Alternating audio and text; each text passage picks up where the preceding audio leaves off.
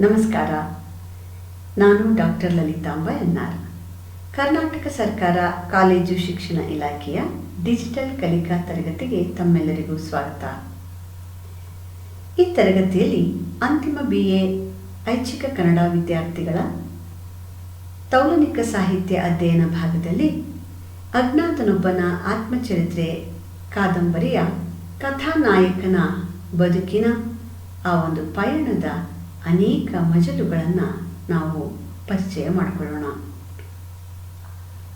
ಟಿಪ್ಪು ಸುಲ್ತಾನನ ಒಂದು ಖಾಸಾ ಬಂಟನಾಗಿ ಹೈದರ್ ಅಲಿ ಖಾನನ ಕಾಲದಲ್ಲಿಯೇ ಸೈನ್ಯಕ್ಕೆ ಸೇರಿ ಆ ಖಾವಂದರುಗಳ ಮೆಚ್ಚುಗೆಯನ್ನು, ಅಪಾರ ಪ್ರೀತಿಯನ್ನು ಗಳಿಸಿಕೊಂಡು ದಳವಾಯಿಯ ಒಂದು ಸ್ಥಾನಕ್ಕೆ ಏರಿದಂತಹ ಈ ಕಥಾನಾಯಕ, ಅವನ ಬದುಕು ಹೇಗೆ ದಿಕ್ಕಾಪಾಲಾಗಿ ಸಾಗ್ತಾ ಹೋಗುತ್ತೆ. ಅವನ ಬದುಕಿನ ಎರಡು ವಿಭಿನ್ನವಾದ ಭಾಗಗಳು, ಒಂದು ಅರಮನೆಯ ನೆರಳಿನಲ್ಲಿ, ಮತ್ತೊಂದು ಅರಮನೆಯ ಆ ನಜರಿನಿಂದ ದೂರಾಗಿ ಸಾಮಾನ್ಯ ಜನರ ಮಧ್ಯದಲ್ಲಿ ಅವನು ಕಟ್ಟಿಕೊಂಡಂತಹ ಬದುಕಿನ ಆ ಒಂದು ಪರಿ ಎಂಥದ್ದು. ದಳವಾಯಿ ತನ್ನ ಇಡೀ ಒಂದು ಬದುಕಿನ ಎಲ್ಲ ಗುರುತುಗಳನ್ನು ಕಳ್ಕೊಳ್ತಾ ಒಂದು ಅಜ್ಞಾತನಾಗಿ ಬದುಕಿದಂತಹ ಆ ಒಂದು ಕಥನವನ್ನು ಇವತ್ತು ನಾವು ಪೂರ್ಣವಾಗಿ ಆ ಇಡೀ ಕಾದಂಬರಿಯ ಸಾರಾಂಶದ ರೂಪದಲ್ಲಿ ತಿಳ್ಕೊಳ್ತಾ ಹೋಗೋಣ. ದಳವಾಯಿ ದೇಸಿಗಯ್ಯನಾದ ಪರಿ. ಕಾವೇರಿಪುರದಲ್ಲಿ ಅಜ್ಞಾತವಾಸವನ್ನು ಮಾಡಬೇಕಾದಂಥ ಒಂದು ಪರಿಸ್ಥಿತಿ ದಳವಾಯಿಗೆ ಯಾಕೆ ಬಂತು? ಟಿಪ್ಪು ಸುಲ್ತಾನರ ಆಜ್ಞೆಯ ಮೇರೆಗೆ ಕನಕಗಿರಿಯಲ್ಲಿ ನಡೆದಂತಹ ಒಂದು ಧರ್ಮಗಲಭೆಯನ್ನು ವಿಚಾರಣೆ ಮಾಡೋದಕ್ಕೆ ಅಂತ ಹೇಳಿ ಹೊರಟಂತಹ ಈ ದಳವಾಯಿ ತನ್ನ ಜೊತೆಗೆ ಬಂದಂತಹ ಸಂಗಡಿಗರಾದಂತಹ ಸೈನಿಕರನ್ನೆಲ್ಲವನ್ನ ಕಳ್ಕೊಂಡು ಅವರೆಲ್ಲರೂ ಅವನನ್ನು ಬಿಟ್ಟು ಹೊರಟು ಹೋದ ಸಂದರ್ಭದಲ್ಲಿ ಏಕಾಂಗಿಯಾಗಿ ತಾನು ಈ ಧರ್ಮಗಲಭೆಯನ್ನು ನಿಲ್ಲಿಸುವುದಕ್ಕೆ ಹೀಗೆ ಒಬ್ಬನೇ ಹೋಗುವಂಥದ್ದು ಎಷ್ಟು ಸರಿ ಅಂತ ಹೇಳಿ ಯೋಚನೆ ಮಾಡ್ತಾ, ಕೆಲವರನ್ನಾದರೂ ಚೆದರಿ ಹೋದಂತಹ ಸೈನಿಕರನ್ನ ಕರ್ಕೊಂಡು ನಾನು ಆ ಒಂದು ವಿಚಾರಣೆಗೆ ಹೋಗಬೇಕು ಅಂತ ಹೇಳಿ ಯೋಚನೆ ಮಾಡ್ತಾ ಅವನು ನೆಲ್ಲಿ ತೊರೆಯನ್ನು ಹಾಯಬೇಕಾದ್ರೆ ಕುದುರೆ ಜಾರಿ ಅಲ್ಲಿ ಆದಂಥ ಒಂದು ಅವಘಡದಲ್ಲಿ ತನ್ನ ನಡುವಿನ ಬಾಕು ಕತ್ತಿ ತನ್ನ ಕಿಬ್ಬೊಟ್ಟೆಗೆ ಚುಚ್ಚಿಕೊಂಡು ತೀವ್ರ ಗಾಯವನ್ನು ಅವನು ಪಡೀತಾನೆ.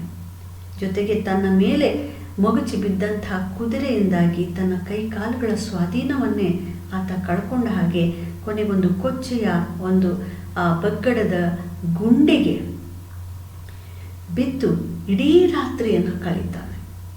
ಹಾಗೆ ಕಳೆದ ನಂತರದಲ್ಲಿ, ಬೆಳಗಾದ ನಂತರದಲ್ಲಿ ತೆವಳಿಕೊಂಡು ಹೇಗೋ ಮಾಡಿ ಆ ಕುದುರೆಯ ಬೆನ್ನಿಗೆ ನಿಧಾನವಾಗಿ ಹತ್ಕೊಂಡು ಆ ಕುದುರೆ ತನ್ನ ಒಡೆಯನನ್ನು ಮುಂದೆ ಕರ್ಕೊಂಡು ಹೋಗ್ತಾ ಕಾವೇರಿಪುರಕ್ಕೆ ಕರ್ಕೊಂಡು ಬಂದುಬಿಡತ್ತೆ. ಈ ಭಾಗವನ್ನೆಲ್ಲ ನಾವು ಕಳೆದ ತರಗತಿಯಲ್ಲಿ ನೋಡಿದ್ದೇವೆ. ಈ ಧರ್ಮಗಲಭೆಯನ್ನು ಅಡಗಿಸೋದಿಕ್ಕೆ ಅಂತ ಹೇಳಿ ಹೊರಟಂಥವನು ಹೋದದ್ದೇ ಬೇರೆ ಕಡೆಗೆ. ಟಿಪ್ಪು ಖಾವಂದರ ಆಜ್ಞೆಯನ್ನು ಹೊತ್ತು ಆದರೆ ನಡೆದ ಈ ಅವಘಡ ಅವನ ಬದುಕಿನ ದಾರಿಯನ್ನೇ ಬದಲಾಯಿಸಿಬಿಡ್ತು. ಕೊನೆಗೆ ತನ್ನ ದರ್ಪ, ದಳವಾಯಿಯ ಆ ಒಂದು ಹಮ್ಮು ಬಿಮ್ಮುಗಳೇನಿತ್ತು ಅದೆಲ್ಲವನ್ನ ಮರೆಸಿ ಕೊನೆಗೆ ಹೇಗೆ ನಾನು ಸಿಪಾಯಿಯ ವೇಷದಲ್ಲಿ ಹೋದರೆ ಖಂಡಿತವಾಗಿಯೂ ಒಬ್ಬಂಟಿಗ ಸಿಕ್ಕರೆ ನನ್ನನ್ನು ಬಿಡೋದಿಲ್ಲ ಜನ ಅಂತ ಹೇಳಿ ಈಗಾಗಲೇ ತನ್ನ ಸಂಗಡಿಗರಾದಂಥ ಸಿಪಾಯಿಗಳು ಗ್ರಾಮದಲ್ಲಿ ಮಾಡಿಕೊಂಡಿರುವ ಹಗರಣ, ಹೆಣ್ಣು ಮಕ್ಕಳನ್ನು ಕೆಣಕಿ ಅಲ್ಲಿನವರಿಂದ ಹೊಡೆತವನ್ನು ತಿಂದು ಆ ಗ್ರಾಮದ ಜನರ ಮುಂದೆ ಕೈಕಾಲು ಕಟ್ಟಿ ಬೇಡಿಕೊಂಡು ಬದುಕುವುದಕ್ಕೆ ಬಿಡಿ ಅಂತ ಹೇಳಿದಂಥ ಒಂದು ಹೀನ ಪರಿಸ್ಥಿತಿಗೆ ಬಂದಿದ್ದಾರೆ. ದಳವಾಯಿಗಳ ಮೇಲೆ ಸಾಮಾನ್ಯ ಜನರಿಗೆ ವಿಶ್ವಾಸವೇ ಇಲ್ಲದ ಹಾಗೆ ಆಗಿದೆ ಈ ಸೈನಿಕರ ಒಂದು ಕ್ರೂರವಾದಂತಹ ನಡವಳಿಕೆಗಳಿಂದಾಗಿ. ಇಂಥ ಸಂದರ್ಭದಲ್ಲಿ ಒಬ್ಬ ಸಿಪಾಯಿಯಾಗಿ ತಾನು ಕಾಣಿಸ್ಕೊಳ್ಬಾರ್ದು ಅಂತ ಹೇಳಿ ವೇಷವನ್ನು ಮರೆಸ್ಕೊಂಡಿದ್ದಾನೆ. ಹಾಗೆ ಮರೆಸ್ಕೊಂಡು ಆ ಹುಡುಕಾಟವನ್ನು ನಡೆಸ್ತಾ ಇರಬೇಕಾದ್ರೆ ನೆಲ್ಲಿ ತೊರೆಯನ್ನು ದಾಟುವಾಗ ಇಂಥ ಅವಘಡ ನಡೆದು ಹೋಯಿತು. ಹೀಗೆ ಕುದುರೆಯಿಂದ ಜಾರಿ ಬಿದ್ದು ಏಕಾಂಗಿಯಾಗಿ ಗಾಯವನ್ನು ಮಾಡಿಕೊಂಡು ಅವನು ಬಂದು ನಿಂತದ್ದೆಲ್ಲಿ ಅಂದರೆ, ಪಕ್ಕದ ಕಾವೇರಿಯ ಪುರದಲ್ಲಿ. ಈ ಕಾವೇರಿಪುರದ ಬದುಕು ತೀರ ಭಿನ್ನವಾದದ್ದು. ಅಲ್ಲಿ 5 ದಿನಗಳ ಒಂದು ಸಂಭ್ರಮದ ಜಾತ್ರೆ ನಡೀತಾ ಇರುವಾಗ ಇವನು ಕೂಡ ಬರ್ತಾನೆ. ಹಾಗೆ ಬಂದಂಥವನು ಅಲ್ಲಿ ಯಾರಿಗೂ ತನ್ನ ಗುರುತು ಸಿಕ್ಕದ ಹಾಗೆ ತಾನು ಮರೆಸಿಕೊಂಡು ಇರಬೇಕಾದ ಪರಿಸ್ಥಿತಿ. ಅವನ ಸ್ಥಿತಿಯನ್ನು ನೋಡಿ ಅಲ್ಲಿನ ಜನ ಕನಿಕರಪಟ್ಟು ಅವನಿಗೆ ಒಂದಿಷ್ಟು ಆಸರೆಯನ್ನು ಅಲ್ಲಿ ಹೇಗೆ ಕೊಟ್ಟರು, ಅಲ್ಲಿಂದ ಮುಂದೆ ಅವನ ಪಯಣ ಏನು ಮತ್ತು ಅವನ ಬದುಕಿನ ಗತ ಎನ್ನುವಂಥದ್ದು ಆ ನೆನಪು ಎದ್ದೆದ್ದು ಮತ್ತೆ ಮತ್ತೆ ಬರ್ತಾ ಹೋದಾಗ ಇಡೀ ತನ್ನ ಬದುಕನ್ನು ಆ ಒಂದು ಹಿಮ್ಮುಖ ಚಲನೆಯಲ್ಲಿ ಅವನು ನೆನಪಿಸ್ಕೊಳ್ತಾ ಹೋಗ್ತಾನೆ. ಏನಾಯಿತು, ಅವನ ಬಾಲ್ಯ ಹೇಗಿತ್ತು, ಅವನ ತಂದೆ ಎಂಥವನು, ತಾನು ಸೈನ್ಯಕ್ಕೆ ಸೇರಿದ್ದು ಹೇಗೆ, ತಾನು ದಳವಾಯಿ ಸ್ಥಾನಕ್ಕೆ ಏರಿದ್ದು ಹೇಗೆ, ಅಲ್ಲಿಂದ ತನ್ನ ಬದುಕು ಆ 20 ವರ್ಷಗಳ ಬದುಕು ಏನಾಯಿತು, ಯುದ್ಧಗಳ ಜೊತೆಗೆ ಸಾಗಿದ ತನ್ನ ಬದುಕಿನ ಆ ಒಂದು ಕ್ರಮದಿಂದ ಆ ಯುದ್ಧಗಳಿಂದ ಒಂದು ಬೇಸತ್ತು ಹೋದ ಜೀವ ಬಿಡುಗಡೆಯನ್ನು ಹಂಬಲಿಸ್ತಿದ್ದ ಕಾಲ ಅದು. ಆ ಕಾಲದಲ್ಲಿಯೇ ಇಂಥ ಒಂದು ಘಟನೆ ನಡೆದು ಅರಮನೆಯಿಂದ ದೂರಕ್ಕೆ ತಂದು ವಿಧಿ ಅವನನ್ನು ಬಿಸಾಡಿದೆ. ಈ ಸಂದರ್ಭದಲ್ಲಿ ಅವನ ಹತ್ರ ಉಳಿದದ್ದೇನು ಅಂದರೆ ಆ ದಳವಾಯಿಯ ಪಟ್ಟವೂ ಅಲ್ಲ, ಆ ಒಂದು ಅಧಿಕಾರದ ಹಮ್ಮೂ ಅಲ್ಲ. ಅಲ್ಲಿ ಉಳಿದದ್ದು ಕೇವಲ ತನ್ನ ಈವರೆಗಿನ ಬದುಕಿನಲ್ಲಿ ತಾನು ನಡೆದುಕೊಂಡ ಒಂದು ರೀತಿಯ ಒಂದು ಹಳಹಳಿಕೆ, ಆ ನೆನಪಿನ ಆ ಒಂದು ನೋವು ಯಾತನೆಗಳೇ ಅಲ್ಲಿ ನಿಂತಿರೋದನ್ನು ನಾವು ಗಮನಿಸ್ತೇವೆ. ದಳವಾಯಿಯ ಬದುಕನ್ನು ನಾವು 2 ಭಾಗವಾಗಿ ನೋಡಬಹುದು ಅಂತ. ಒಂದು ಆ ಹೋಳಾದಂಥ ಬದುಕು 2 ಭಾಗವಾಗಿ ಸ್ಪಷ್ಟವಾಗಿ ನಮಗೆ ಕಾಣಿಸ್ತಾ ಹೋಗುತ್ತೆ ಕಾದಂಬರಿಯ ಉದ್ದಕ್ಕೂ ನೋಡಿದಾಗ. ದಳವಾಯಿಯ ಒಂದು ಸ್ವಂತ ಬದುಕು 2 ಹೋಳಾದಾಗಿ ಕಾಣೋದಕ್ಕೆ ಕಾರಣ ಏನು ಅಂದರೆ ಅವನ ಆರಂಭದ ದಿನಗಳ ಬದುಕಿಗೂ ಈ ಒಂದು ನೆಲ್ಲಿತೊರೆಯ ಅವಘಡದ ನಂತರದ ಬದುಕಿಗೂ ಅಜಗಜಾಂತರವನ್ನು ನಾವು ಗುರುತಿಸ್ತಾ ಹೋಗ್ತೀವಿ. ಅರಮನೆಯ ಆಪತ್ತುಗಳು ಅವಘಡಗಳ ಒಂದು ಜವಾಬ್ದಾರಿಯನ್ನು ತನ್ನ ಮೇಲೆ ಹೊತ್ತು ದಳವಾಯಿ ಸಿಂಹದ ಹಾಗೆ ಜನರನ್ನು ನಡಗಿಸ್ತಾ ಆ ಖಾವಂದರಿಗೆ ನಿಷ್ಠನಾಗಿ ಬದುಕಿದಂಥ ಕಾಲ. ಆ ತನ್ನ ಅಧಿಕಾರವನ್ನು ನಂಬಿ ತನ್ನ ಒಂದು ಘನತೆಯನ್ನು, ಯಾವ ಘನತೆ ಬಹಳ ಶ್ರೇಷ್ಠ ಅಂತ ನಂಬಿದ್ನೋ ಅಂತಹ ಒಂದು ಘನತೆ, ಆ ಪ್ರಸಿದ್ಧಿ, ತನ್ನ ಒಂದು ಆ ಒಂದು ವರ್ಚಸ್ಸು ಇವೆಲ್ಲವೂ ಕೂಡ ಭ್ರಮೆ ಅನ್ನುವಂತಹ ರೀತಿಯಲ್ಲಿ ಇವತ್ತು ಅನ್ನಿಸ್ತಿದೆ ಅವನಿಗೆ. ಅಂತಹ ಒಂದು ಭ್ರಮೆಗೆ ಸಿಕ್ಕಿ ಬದುಕಿದ ಒಂದು ಕಾಲಘಟ್ಟ. ಆದರೆ ಮತ್ತೊಂದು ಘಟ್ಟ ಎಂಥದ್ದು ಅಂದರೆ ಅದು ತನ್ನೆಲ್ಲ ಈ ಭ್ರಮೆಗಳು ಕೂಡ ಒಂದು ರೀತಿಯಲ್ಲಿ ಒಂದೊಂದಾಗಿ ಕಳಚ್ಕೊಂಡು ಕೊನೆಗೆ ತನ್ನ ಒಂದು ಅಸ್ತಿತ್ವವೇ ಒಂದು ಶೂನ್ಯ ಅಂತ ಅನ್ನುವಂಥ ಅಷ್ಟರ ಮಟ್ಟಿಗೆ ಅವನ ಬದುಕು ದಿಕ್ಕು ದೆಸೆಯಿಲ್ಲದ ಒಂದು ಪಯಣವನ್ನು ಮಾಡುತ್ತೆ.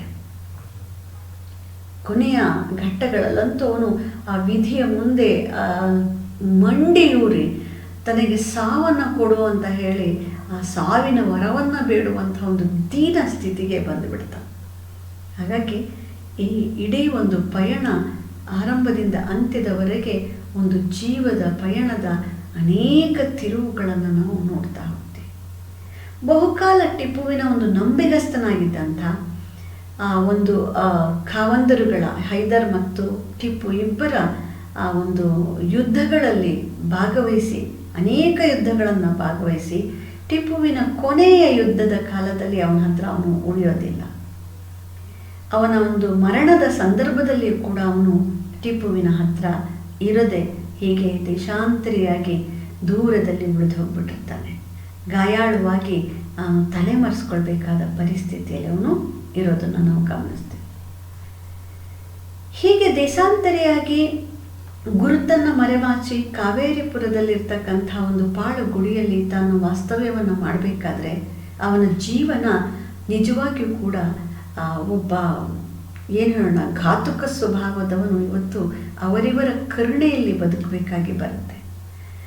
ಜೀವನ ಪರ್ಯಂತ ತಾನೊಬ್ಬ ಒಂದು ಪರಾಕ್ರಮಿ ತಾನು ಅಂತ ಹೇಳಿ ಅವನು ಭಾವಿಸಿದ್ದಾನೆ. ಎಸ್, ಹೌದು, ಪರಾಕ್ರಮಿಯಾಗಿ ಅವನು ರಾಕ್ಷಸನ ಹಾಗೆ ಯುದ್ಧಗಳಲ್ಲಿ ಹೋರಾಟ ಮಾಡಿದ್ದಾನೆ.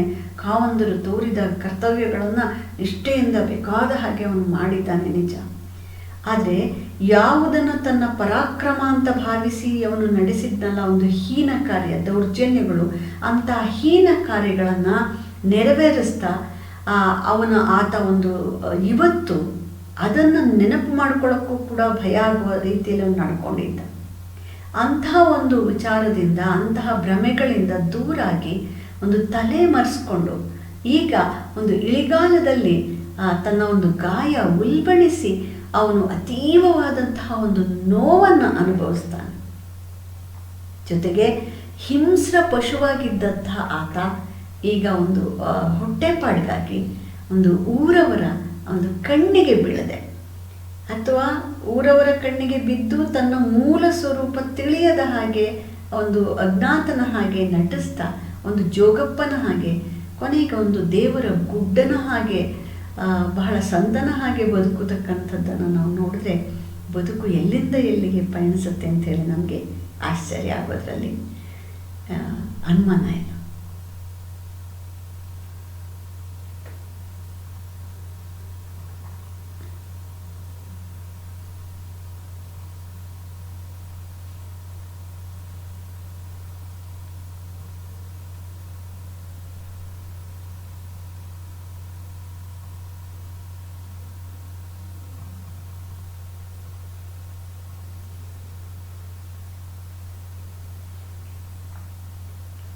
ಈ ಕಾವೇರಿಪುರದಲ್ಲಿ ಒಂದು ಪಾಳು ಬಿದ್ದಂತಹ ಈಶ್ವರನ ಗುಡಿಯಲ್ಲಿ ಒಂದು ನಿರ್ಗತಿಕನ ಹಾಗೆ ಬಿದ್ದುಕೊಂಡಿರ್ಬೇಕಾದಂಥ ಸ್ಥಿತಿ ಅವನಿಗೆ ಬರುತ್ತೆ.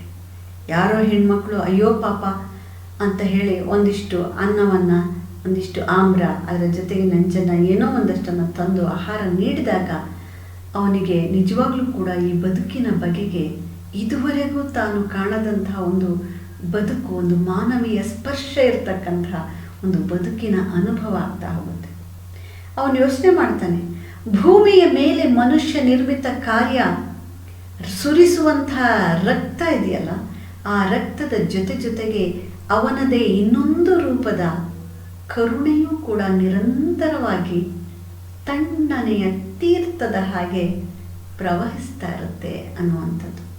ಆ ಸತ್ಯ ದರ್ಶನ ನಿಧಾನವಾಗಿ ಅವನಿಗೆ ಆಗ್ತಾ ಹೋಗುತ್ತೆ. ಬಹಳ ಚೆನ್ನಾಗಿ ಹೇಳ್ತಾರೆ ನಿರೂಪಕರು. ಈ ಕ್ರೌರ್ಯವನ್ನು ಈ ಜಗತ್ತಿಗೆ ಬಿತ್ತಾ ಇರುವ ಇದೇ ಮಾನವ ಕೋಟಿಯಲ್ಲಿಯೇ ಆ ಕ್ರೌರ್ಯವನ್ನು ಮಾಯಿಸುವ ಅಮೃತ ಸಮಾನವಾದಂತಹ ಒಂದು ಕರುಣೆಯ ಸಿಂಚನ ನಿರಂತರವಾಗಿ ಹರಿಯೋದನ್ನು ನಾವು ಗಮನಿಸ್ತೇವೆ. ಅಂಥ ಒಂದು ಅನುಭವ ಮೊಟ್ಟ ಮೊದಲ ಬಾರಿಗೆ ಕಾವೇರಿಪುರದಲ್ಲಿ ಈ ದಳವಾಯಿಗೆ ಆಗ್ತಾ ಹೋಗುತ್ತೆ. ಇನ್ನು ಅವನ ಬಾಲ್ಯದ ನೆನಪುಗಳನ್ನು, ಅವನ ಯೌವನದ ಕಾಲದ ನೆನಪುಗಳನ್ನು ಒಂದಷ್ಟು ನಾವು ತಿಳ್ಕೊಳ್ಳೋದಾದರೆ, ಅವನು ತೀವ್ರವಾದಂಥ ಒಂದು ಪ್ರೀತಿ, ವಿಶ್ವಾಸ, ಒಂದು ಕೌಟುಂಬಿಕವಾದಂತಹ ಒಂದು ಮನೆಯೊಳಗೆ ದೊರಕಬಹುದಾದಂಥ ತಾಯಿ ತಂದೆಯ ಪ್ರೀತಿ ಇವೆಲ್ಲವೂ ಕೂಡ ಅವನಿಗೆ ಸಿಕ್ಕಲೇ ಇಲ್ಲ. ಆ ಪ್ರೀತಿಯಿಂದ ವಂಚಿತವಾದಂತಹ ಒಂದು ಬಾಲ್ಯ ಅವನದು. ಅವನಿಗೆ ತಾಯಿಯ ಮುಖದ ನೆನಪು ಕೂಡ ಇಲ್ಲ. ಹಾಗಾಗಿ ತಾಯಿಯ ಪ್ರೀತಿಯ ಅನುಭವವೇ ಇಲ್ಲದೆ ಕೇವಲ ತಂದೆಯ ಜೊತೆಗೆ ಬದುಕಬೇಕಾದದ್ದು. ತಂದೆ ಕಟ್ಟಿಕೊಂಡ ಅನೇಕ ಹೆಣ್ಣುಗಳು ನಾನಾ ಕಾರಣಗಳಿಗೆ ಸತ್ತು ಹೋದಾಗ ಆ ಒಂದು ಮಲತಾಯಂದಿರ ಯಾವ ಪ್ರೀತಿಯೂ ಅವನಿಗೇನೂ ಸಿಕ್ಕಿಲ್ಲ.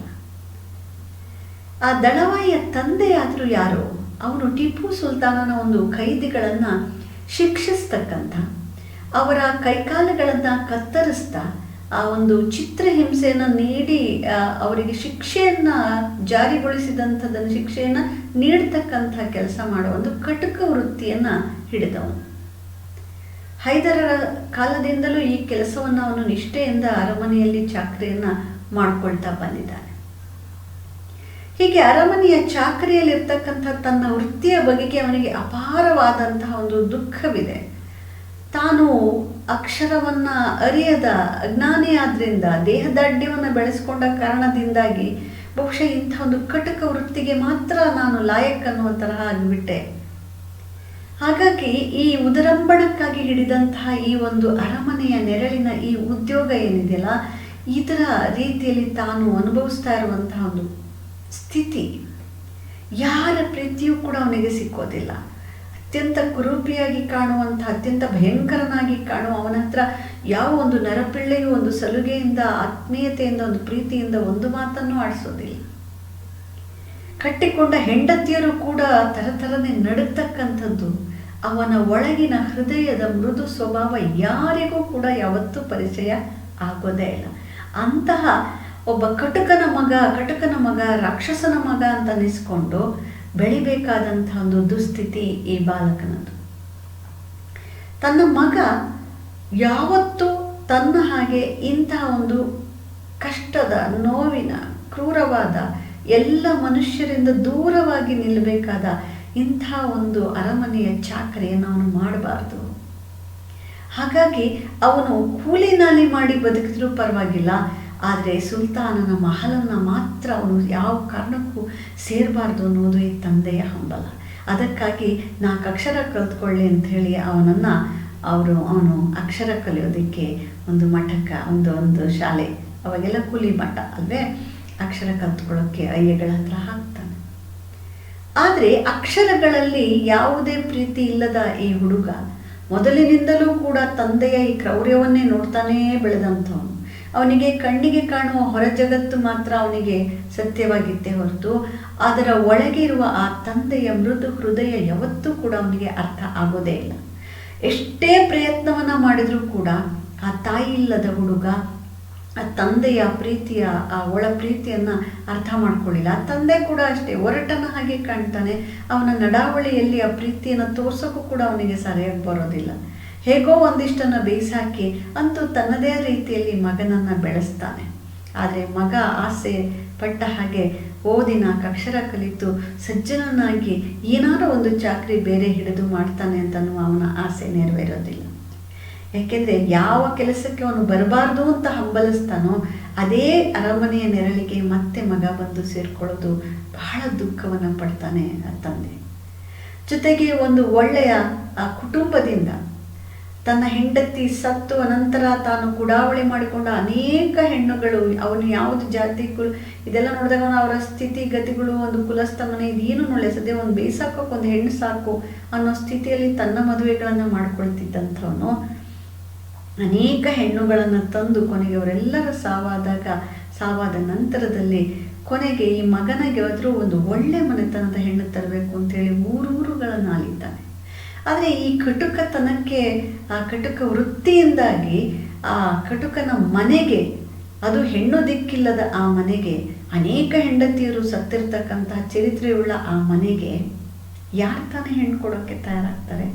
ಹೀಗಾಗಿ ಆ ಒಂದು ಬಹಳ ತನ್ನ ಚಪ್ಪಲಿಗಳನ್ನು ಸವಸ್ಬೇಕಾಗತ್ತೆ. ಬಹಳ ಕಷ್ಟಪಟ್ಟು ಅಂತೂ ಇಂತೂ ಒಂದು ಕುಲಸ್ಥ ಮನೆಯ ಹೆಣ್ಣು, ಆದರೆ ತೀರ ಕಡುಬಡವರ ಮನೆಯಾದರೂ ಪರವಾಗಿಲ್ಲ, ಒಂದು ಒಳ್ಳೆಯ ಹೆಣ್ಣನ್ನು ತರ್ತಾನೆ. ತಂದು ಮಗನಿಗೆ ಮದುವೆಯನ್ನು ಮಾಡಿ ಒಂದು ಸಹಜ ಸಂಸಾರವೊಂದಿಗಿನಾಗ ಅವನು ಇರಬೇಕು ಅಂತ ಆಸೆ ಪಡ್ತಾನೆ. ಆಶೀರ್ವಾದವನ್ನು ತಗೊಳ್ಳೋಕೆ ಅರಮನೆಗೆ ಕರ್ಕೊಂಡು ಹೋದರೆ ಅವನ ಮಗನ ದೇಹದಾಢ್ಯದ ಮೇಲೆ ಸುಲ್ತಾನರ ಕಣ್ಣು ಬೀಳತ್ತೆ. ಅವನು ಯಾವುದಾಗಬಾರ್ದು ಅಂತ ಅವನು ಅಂದ್ಕೊಂಡಿದ್ದ, ಬೇರೆ ರೀತಿಯ ಏನಾದರೂ ಒಂದು ಚಾಕರಿಯನ್ನು ಅವನು ಹಿಡೀಲಿ ಅಂತ. ಆದರೆ ಅವನನ್ನು ಸೈನ್ಯಕ್ಕೆ ಸೇರಿಸುವ ಮಾತನ್ನು ಒಂದು ಕಾವಂದರು ಆಡಿದಾಗ ಅವನು ಬಹಳ ದುಃಖಿತನಾಗ್ತಾನೆ.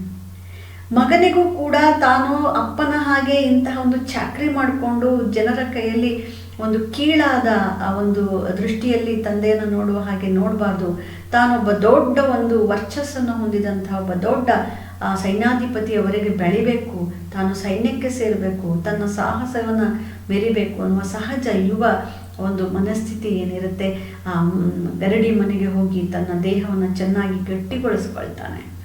ಇದೆಲ್ಲದರ ಪರಿಣಾಮ ಮದುವೆಯಾಗಿ ಹೋಗಿ ನಿಂತಂಥ ಈ ಹುಡುಗ ಸೈನ್ಯಕ್ಕೆ ಸೇರಬೇಕಾದಂಥ ಸ್ಥಿತಿ ಬರುತ್ತೆ.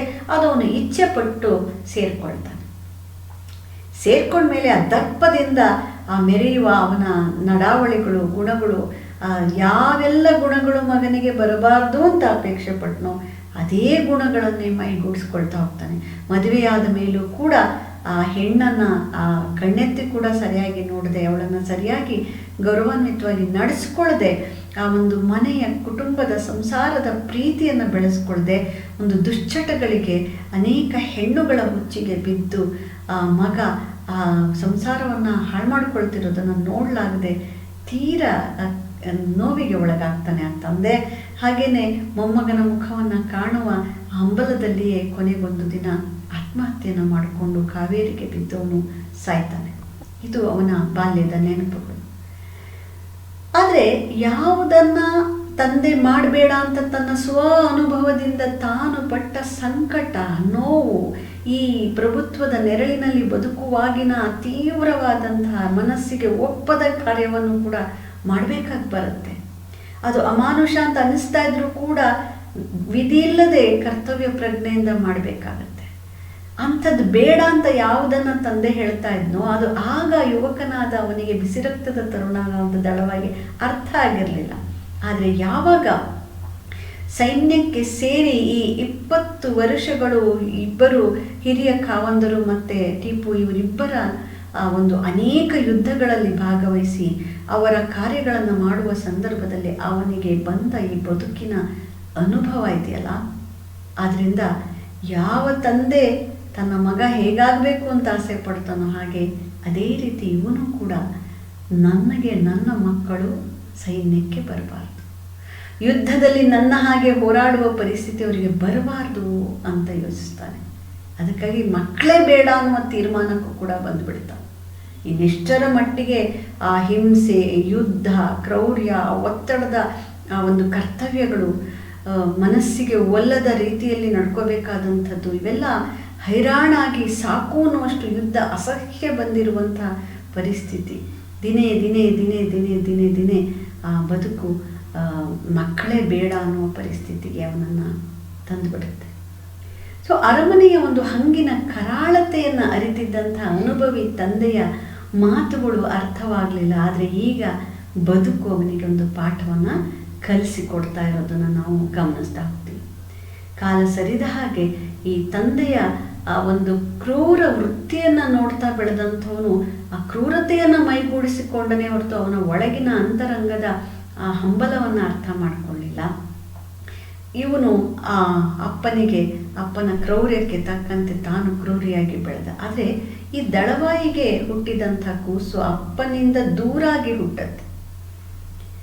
ಅಪ್ಪನಿಂದ ಗರ್ಭಿಣಿಯಾಗಿದ್ದಾಗಲೇ ಓಡಿ ಹೋದಂತಹ, ಬಿಟ್ಟು ಹೋದಂತಹ, ಅವನನ್ನು ನಿರಾಕರಿಸಿ ಹೊರಟು ಹೋದಂತಹ ತಾಯಿಗೆ ಹುಟ್ಟಿದ ಆ ಕೂಸು ಈ ದಳವಾಯಿಯ ನೆರಳಿಲ್ಲದೆ, ದಳವಾಯಿಯ ಈ ಒಂದು ಸೋಂಕಿಲ್ಲದೆ, ಆ ಕ್ರೌರ್ಯದ ಸೋಂಕಿಲ್ಲದೆ, ಅವನು ಅಪ್ಪನ ಗುರುತು ಕೂಡ ಇಲ್ಲದೆ ಅವನೊಬ್ಬ ಗುಡ್ಡನಾಗಿ ಬಿಡುವಂಥ, ಮಾದಪ್ಪನ ಗುಡ್ಡನಾಗುವುದನ್ನು ನಾವು ಇಲ್ಲಿ ನೋಡ್ತಾ ಹೋಗ್ತೇವೆ.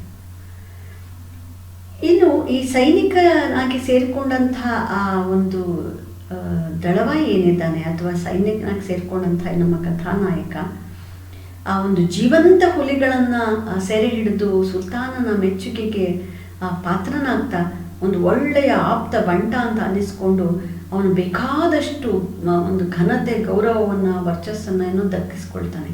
ಅದರ ಜೊತೆಗೆ ಆ ಸೈನಿಕ ಬದುಕಿನ ಒಂದು ದುರಂತ, ಸೈನಿಕ ಬದುಕಿನ ದಾರುಣತೆ, ಯುದ್ಧದ ಕುರಿತಾದ ಅಸಹನೆ, ರೋಷ ಇವೆಲ್ಲವೂ ಕೂಡ ಅದರ ಜೊತೆಗೆ ಅವನಿಗೆ ಅರ್ಥವಾಗ್ತಾ ತಾನು ಯಾವ ಒಂದು ಕನಸುಗಳನ್ನು ಕಾಣ್ತಾ, ಯಾವ ಒಂದು ಮಹತ್ವಾಕಾಂಕ್ಷೆಯ ಒಂದು ಹಿಂದೆ ಓಡ್ತಾ ಇದ್ನೋ ಅದೆಲ್ಲವೂ ಸುಳ್ಳು, ಅದೆಲ್ಲವೂ ಕೂಡ ಹುಸಿ ಎನ್ನುವ ತರಹದ ಒಂದು ಭ್ರಮ ನಿರಸನ ನಿಧಾನವಾಗಿ ಆಗ್ತಾ ಹೋಗುತ್ತೆ.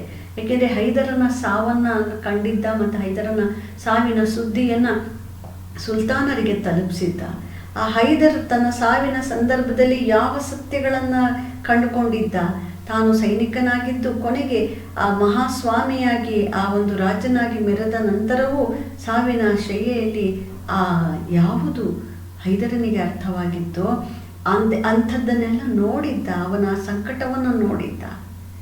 ಮತ್ತು 3 ಯುದ್ಧಗಳು, ಕುಂಪಣಿ ಯುದ್ಧಗಳು ನಡೆದು ಅನಂತರದ ಕಾಲದಲ್ಲಿ ಮಕ್ಕಳನ್ನೇ ಒತ್ತೆ ಇಟ್ಟಂತಹ, ಗಳಗಳನೆ ಅತ್ತಂತಹ ಟಿಪ್ಪು, ಒಬ್ಬ ತಂದೆಯ ಹೃದಯದ ಟಿಪ್ಪುವನ್ನು ಕಂಡಿದ್ದ.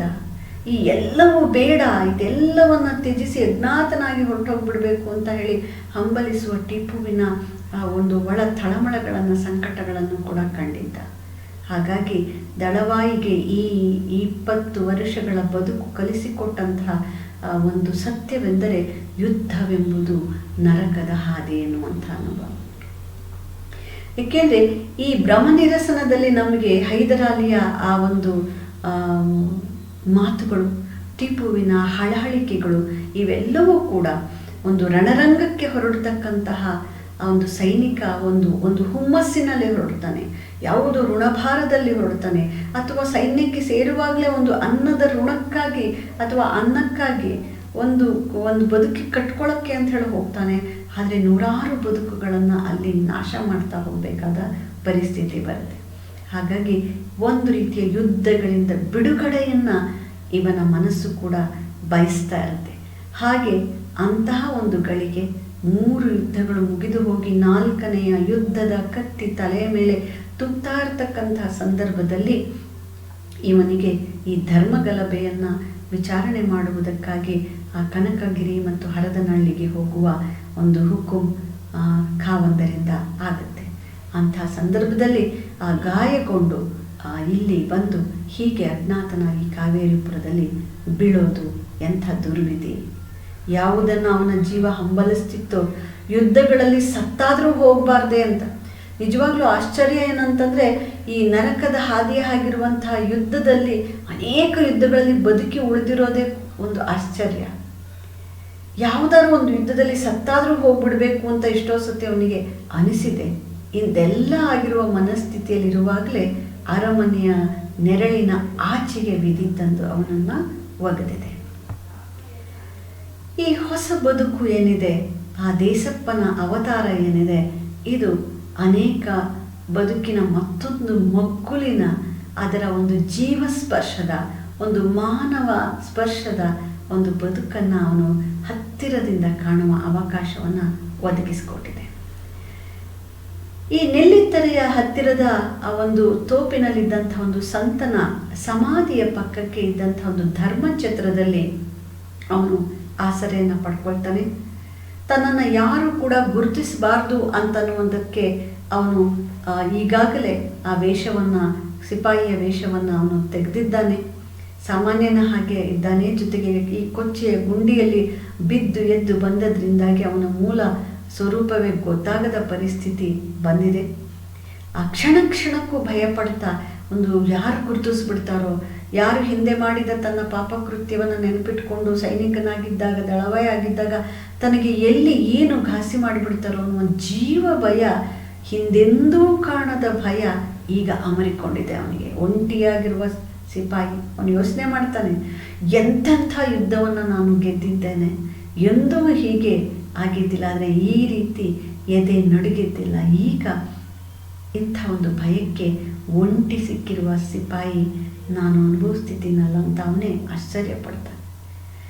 ಸಾಮಾನ್ಯರ ಬದುಕಿನಲ್ಲಿ ಬರ್ತಕ್ಕಂಥ ಈ ಅರಮನೆಯ ಹಂಗು, ಅರಮನೆಯ ಯಾವ ಒಂದು ನೆರಳಿನ ಒಂದು ಕರಿ ನೆರಳು ಇಲ್ಲದೇ ಇರತಕ್ಕಂತಹ ದೂರದ ಈ ಒಂದು ಗ್ರಾಮೀಣ ಬದುಕಿನ ಒಂದು ರಸ ನಿಮಿಷಗಳ, ಆ ಜನರ ಒಂದು ಕರುಣೆಯ, ಪ್ರೀತಿಯ, ಸ್ನೇಹಶೀಲತೆಯ ಅನುಭವವನ್ನು, ಅವರ ಆಚರಣೆಗಳು, ಅವರ ಸಂಭ್ರಮಗಳನ್ನು, ಆ ಸಮುದಾಯದ ಆ ಒಂದು ಬಳಗ ಸಂಸ್ಕೃತಿಯನ್ನು ಹತ್ತಿರ ಕಾಣುವ ಅವಕಾಶ ಉಂಟು.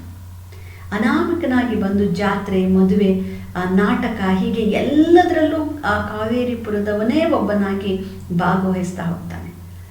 ಒಂದೊಂದ್ಸತಿ ಯಾವ ಹೆಣ್ಣುಗಳನ್ನು ಅವನು ಒಂದು ಯಕಶ್ಚಿತ್ ಅಂತ ಹೇಳಿ ಕಾಲ ಕಸ, ತನ್ನ ಉಪಭೋಗದ ವಸ್ತುಗಳು ಅಂತ ಹೇಳಿ ಅಂದ್ಕೊಂಡು ಅವ್ರನ್ನ ಹೊತ್ಕೊಂಡು ಬಂದು ತನಗೆ ಎಷ್ಟು ಬೇಕೋ ಅಷ್ಟು ತನ್ನ ಮನೋ ಇಚ್ಛೆ ಅವ್ರನ್ನ ಬಳಸ್ಕೊಂಡು ಕೊನೆಗೆ ಅವರನ್ನು ಅತ್ಯಂತ ಹೀನವಾಗಿ ನಡೆಸ್ಕೊಳ್ತಾ, ಪ್ರಾಣಕ್ಕಾಗಿ ಬೇಡಿದ್ರೂ ಕೂಡ ಬಿಡದೆ ಏನೋ ಒಂದು ಜಗಳ ತೆಗೆದು ಅವ್ರನ್ನ ಕತ್ತರಿಸಿ ತುಂಡು ತುಂಡು ಮಾಡಿ ಕಾವೇರಿಗೆ ಬಿಸಾಡ್ತಾ ಇದ್ದಂಥ ಒಬ್ಬ ತೀವ್ರ ಕ್ರೂರಿ ಇವತ್ತು ಅಂತಹ ಹೆಣ್ಣು ಮಕ್ಕಳ ಕರುಣೆಯಿಂದ ಮಾತ್ರ ಬದುಕಬಹುದಾದ ಸ್ಥಿತಿಗೆ ತಲುಪಿದ್ದಾನೆ. ಒಂದು ರೀತಿಯಲ್ಲಿ ಅನ್ನಕ್ಕಾಗಿ ಒಂದು ಕೂಸಿನ ತೊಟ್ಟಿಲನ್ನು ತಲೆ ಮೇಲೆ ಹೊತ್ಕೊಂಡು ಹೋಗೋಕ್ಕೆ ತಯಾರಾಗಿದ್ದಾನೆ. ಒಂದು ತುತ್ತಿನ ಅನ್ನಕ್ಕಾಗಿ ಅಲ್ಲಿರ್ತಕ್ಕಂಥ ಒಂದು ಹೆಣ್ಣು ಮಕ್ಕಳಿಗೆ ಯೂದೆಯನ್ನು ಒಡೆದು ಮಾಡಿ ಸೌದೆ ತಂದು ಕೊಟ್ಟು ಅನ್ನವನ್ನು ಅವನು ಸಂಪಾದನೆ ಮಾಡಬೇಕಾಗಿದೆ. ಅಥವಾ ಅಲ್ಲಿರುವ ಜನರಿಗೆ ಒಂದಿಷ್ಟು ಸಂತೋಷವನ್ನು, ಖುಷಿಯನ್ನು, ಏನೋ ಒಂದನ್ನು ಕೊಟ್ಟು ಮನರಂಜನೆಯನ್ನು ಮಾಡಿ ಅನ್ನ ಗಿಟ್ಟಿಸ್ಬೇಕಾದ ಪರಿಸ್ಥಿತಿ ಬಂದಿದೆ.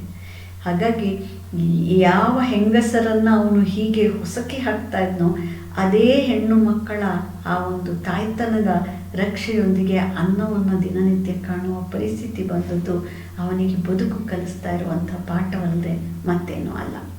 ಹೀಗೆ ಆ ಕಾವೇರಿಪುರದ ಮದುವೆಗಳು ನಡೆದರೆ ಆ ಮದುವೆಗಳನ್ನು ಕುತೂಹಲದಿಂದ ನೋಡ್ತಾನೆ, ಆ ದಿಬ್ಬಣದ ಆ ಸಂಭ್ರಮದಲ್ಲಿ ಭಾಗಿಯಾಗ್ತಾನೆ.